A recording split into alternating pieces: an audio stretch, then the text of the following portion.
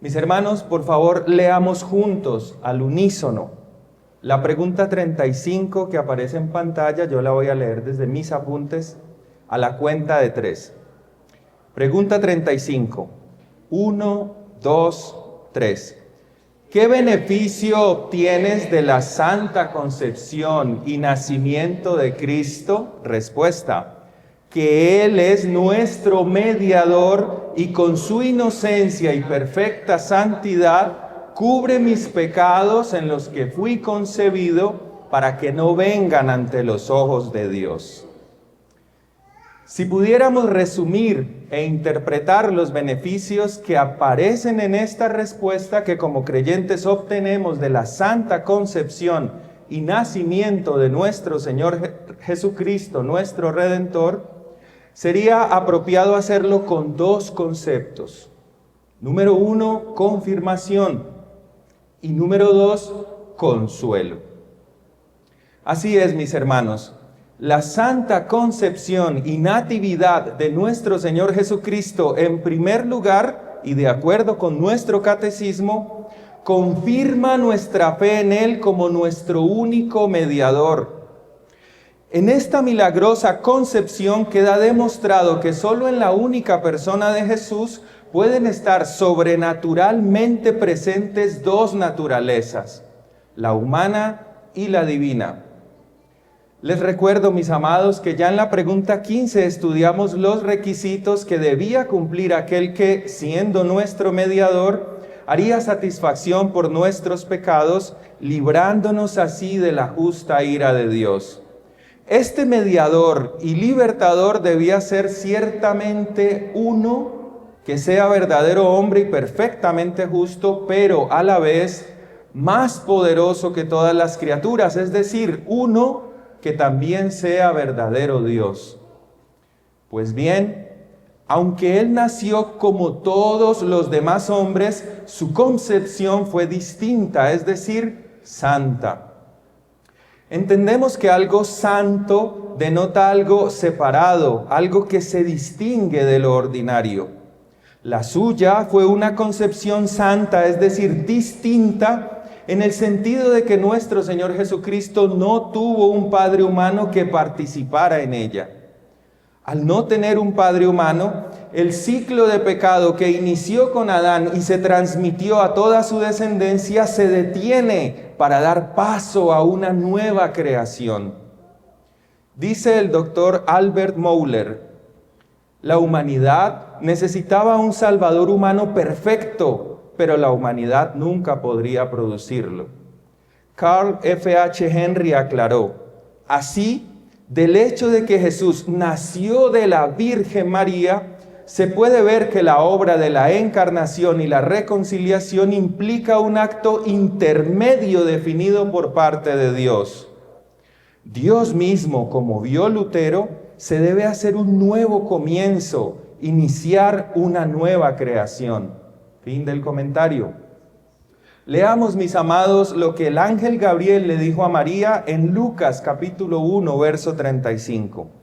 Vayamos al Evangelio de San Lucas capítulo 1, verso 35 y miremos lo que el ángel Gabriel le dijo a la Virgen María. Dice Lucas 1, 35. Respondiendo el ángel le dijo: el Espíritu Santo vendrá sobre ti y el poder del Altísimo te cubrirá con su sombra, por lo cual también el santo ser que nacerá será llamado Hijo de Dios. Wayne Grudem comenta: el nacimiento virginal hizo también posible que Jesús fuera completamente humano, pero sin la herencia del pecado. Todos los seres humanos hemos heredado la culpa legal y la naturaleza moral corrompida de nuestro primer padre, Adán, lo que a veces se llama pecado heredado o pecado original. Pero el hecho de que Jesús no tuviera un padre humano significa que la línea de descendencia de Adán quedó parcialmente interrumpida. Jesús no descendía de Adán exactamente en la misma manera que los demás seres humanos han descendido de Adán. Y esto nos ayuda a comprender por qué la culpa legal y la corrupción moral que cargan todos los demás seres humanos no la encontramos en Cristo. Esta idea parece estar indicada en la declaración del ángel Gabriel a María cuando dice: el Espíritu Santo vendrá sobre ti y el poder del Altísimo te cubrirá con su sombra, así que el niño que va a nacer se llamará Santo Hijo de Dios. Fin del comentario. Es así, hermanos, como la santa concepción de nuestro Señor Jesucristo garantiza su perfecta mediación a nuestro favor desde el inicio. Ahora, hermanos, debe quedar claro que no se trata de que el Señor Jesucristo fue obteniendo un desarrollo de santidad creciente durante el transcurso de su vida terrenal, que lo calificaría luego para ser nuestro perfecto mediador.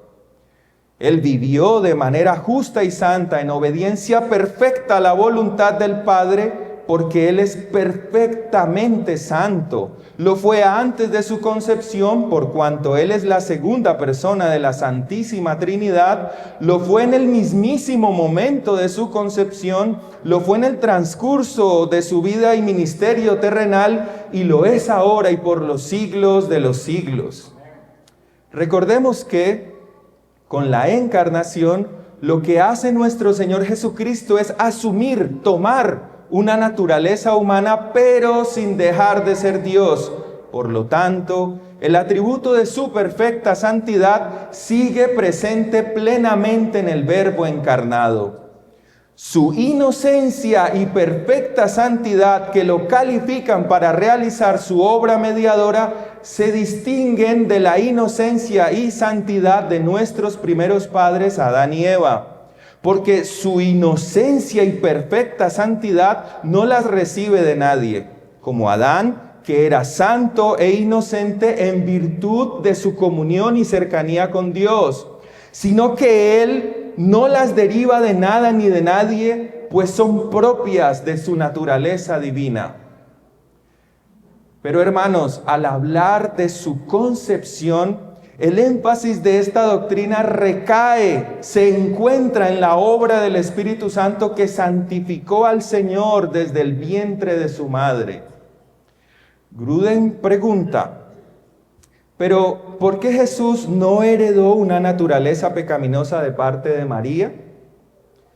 La Iglesia de Roma responde a esa pregunta diciendo que María misma estaba libre del pecado, pero las Escrituras no enseñan eso. Y de todas maneras, eso no resuelve el problema. ¿Acaso no heredó María el pecado de su madre? Una solución mejor es decir que la obra del Espíritu Santo en María debe haber prevenido no solo la transmisión del pecado de José, porque Jesús no tuvo un padre humano, sino también en una forma milagrosa la transmisión del pecado de María. El Espíritu Santo vendrá sobre ti, así que al santo niño que va a nacer lo llamarán Hijo de Dios. Fin del comentario.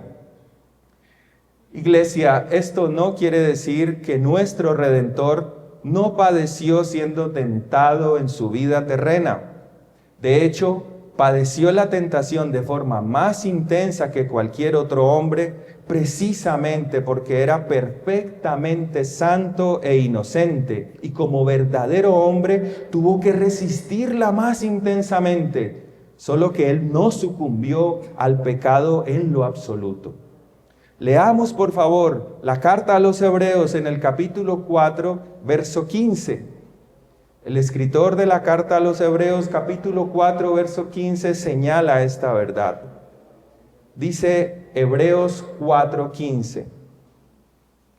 Porque no tenemos un sumo sacerdote que no pueda compadecerse de nuestras debilidades, sino uno que fue tentado en todo, según nuestra semejanza, pero sin pecado. Con razón, el escritor de esta misma carta indica que este era el mediador que nos convenía, uno que es santo, inocente, sin mancha, apartado de los pecadores y hecho más sublime que los cielos. Esto está en Hebreos 7:26.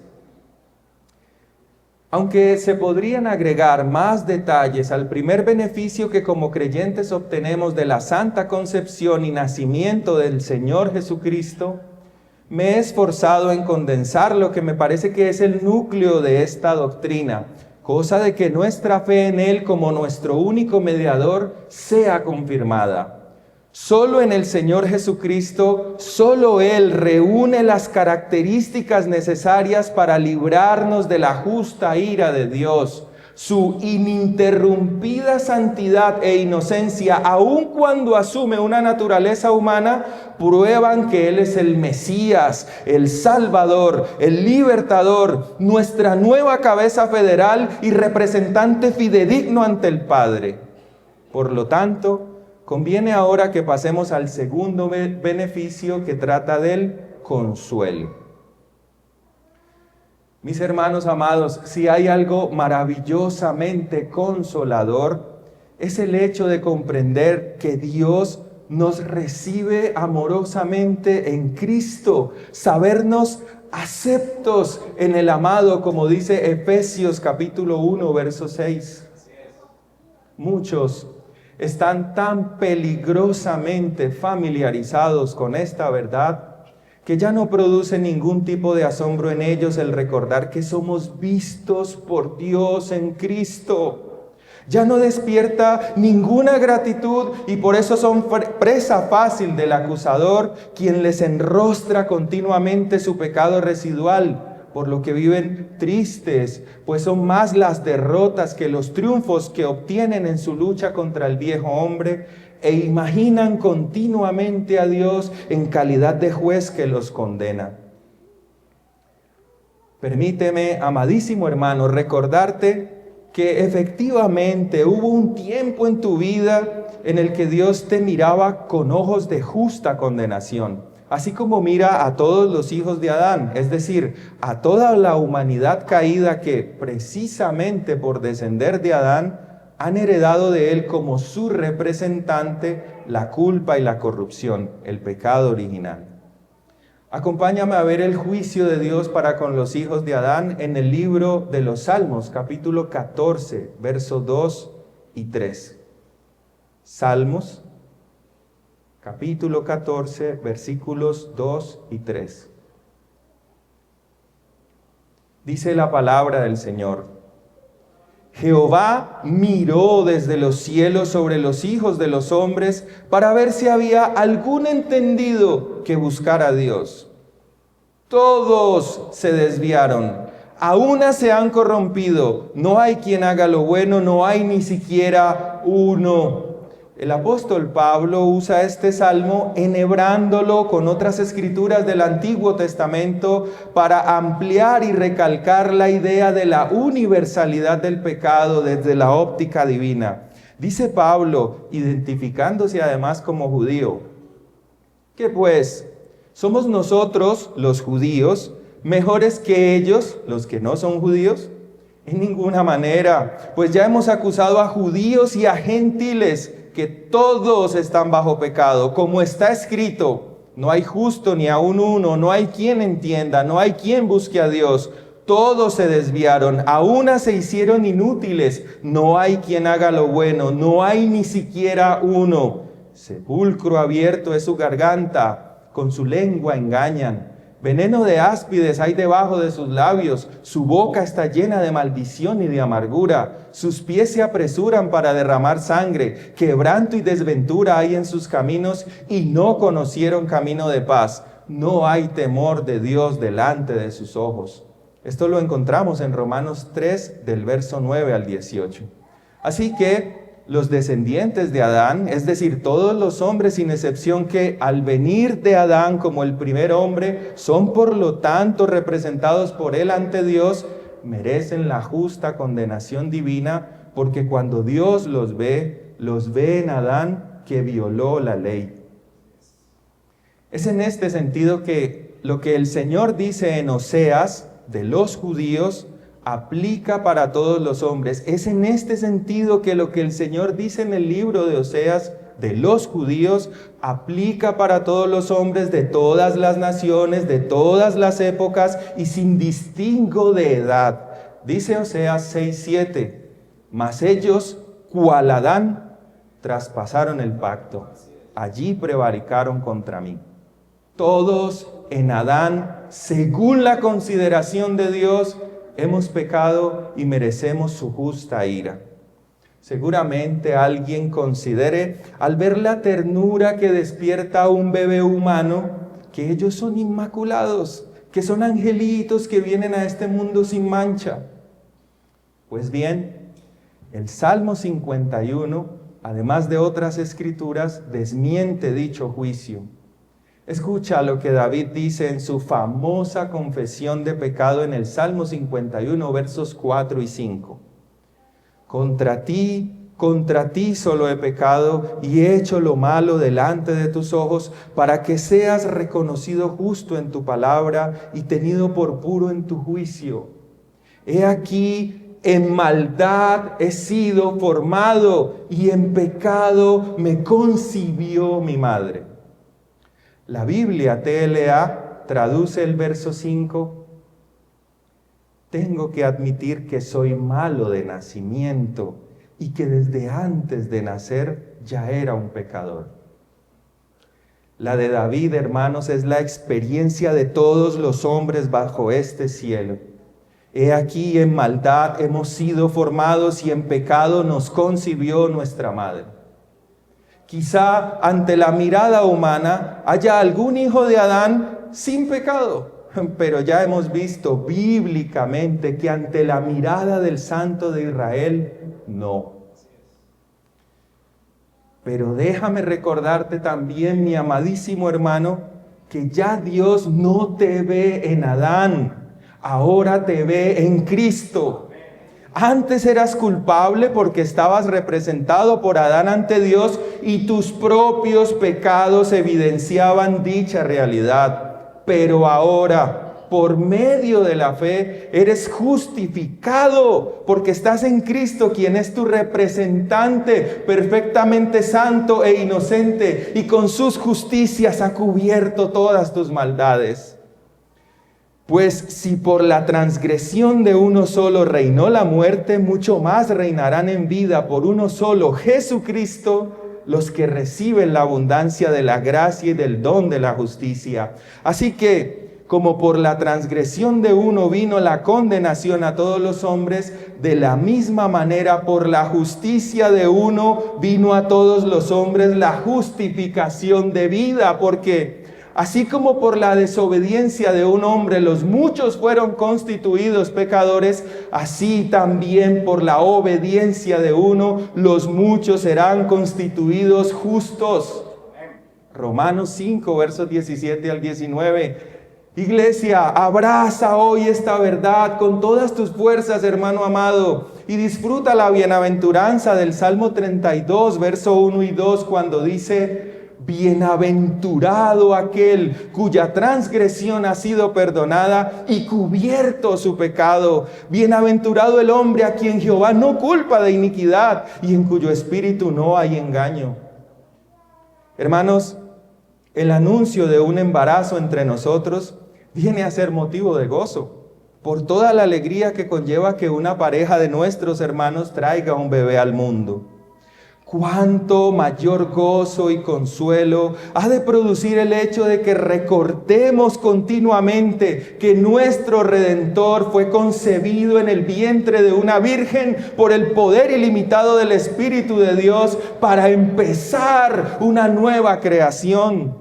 Con razón dijo el apóstol Pablo en la segunda carta a los Corintios, capítulo 5, verso 17, de modo que si alguno está en Cristo, ¿alguien está en Cristo aquí? De modo que si alguno está en Cristo, nueva criatura es, nueva creación es. Las cosas viejas pasaron, he aquí todas son hechas nuevas. Hace un tiempo, la mayoría de nuestras Biblias, la mayoría de Biblias, tenían lo que me parece que es una de las páginas más tristes, ubicada en medio de los dos testamentos. la hoja en blanco. Para algunos solo era una página que separaba el Antiguo del Nuevo Testamento. Para otros es la triste página que representa los 400 años en que nuestro Dios guardó silencio. ¿Te imaginas? 400 años en que Dios no habló más. Pues bien, para nuestra fortuna y consuelo, lo primero que rompió ese silencio fue el llanto de aquel santo bebé que naciera en un humilde establo de Belén. Ese sollozo desde la pequeña gargantita de Emanuel presagiaba lo que luego sería la fuerte voz del Dios hombre que, pendiendo de una cruz, confirmando nuestra redención, diría: consumado es.